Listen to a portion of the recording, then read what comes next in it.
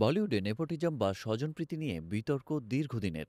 নেপোকিড বলতে সাধারণত সেই তারকা সন্তানদের বোঝানো হয় যারা তাদের পরিবারের পরিচিত ও প্রভাবের কারণে বিনোদন জগতে সুযোগ পেয়েছেন। ২০২৫ সালে বলিউডে এমন বেশ কিছু নতুন মুখের নতুনত্ব দেখতে চলেছেন, যাদের বেশিরভাগই নেপোকিড, যারা সবে গত বছর অভিষেক করেছেন বলিউডে।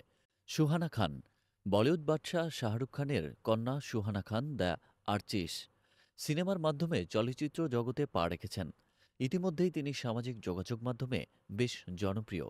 ইব্রাহিম আলী খান, সাইফ আলী খান ও অমৃতা সিংয়ের পুত্র ইব্রাহিম আলী খান সরজমিন নামক একটি দেশাত্মবোধক চলচ্চিত্রের মাধ্যমে বলিউডে আত্মপ্রকাশ করেছেন। এতে তার সহশিল্পী হিসেবে আছেন কাজল ও পৃথ্বীরাজ সুকুমারন। খুশি কাপুর, প্রয়াত অভিনেত্রী শ্রীদেবীর কন্যা খুশি কাপুরও দ্য আর্টিস্ট সিনেমায় অভিনয় করেছেন। তার অভিনয় প্রতিভা নিয়ে ইতিমধ্যেই আলোচনা শুরু হয়েছে। অগস্ত্য নন্দা, অমিতাভ বচ্চনের নাতি অগস্ত্য নন্দা দ্য অর্চিস সিনেমার মাধ্যমে বলিউডে আত্মপ্রকাশ করেছেন।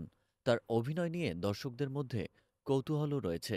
এছাড়া বলিউডে নেপোটিজম বিতর্কে প্রায়শই আলোচনায় আসেন পরিচালক কারণ জোহর।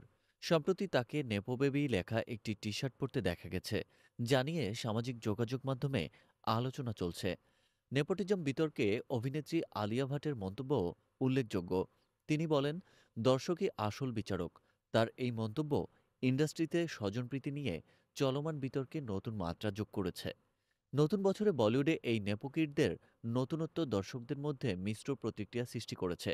কেউ কেউ তাদের অভিনয় প্রতিভা নিয়ে আশাবাদী, আবার কেউ স্বজনপ্রীতির প্রসঙ্গ তুলে সমালোচনা করছেন। তবে শেষ পর্যন্ত দর্শকরাই নির্ধারণ করবেন এই নতুন প্রজন্মের তারকাদের ভবিষ্যৎ।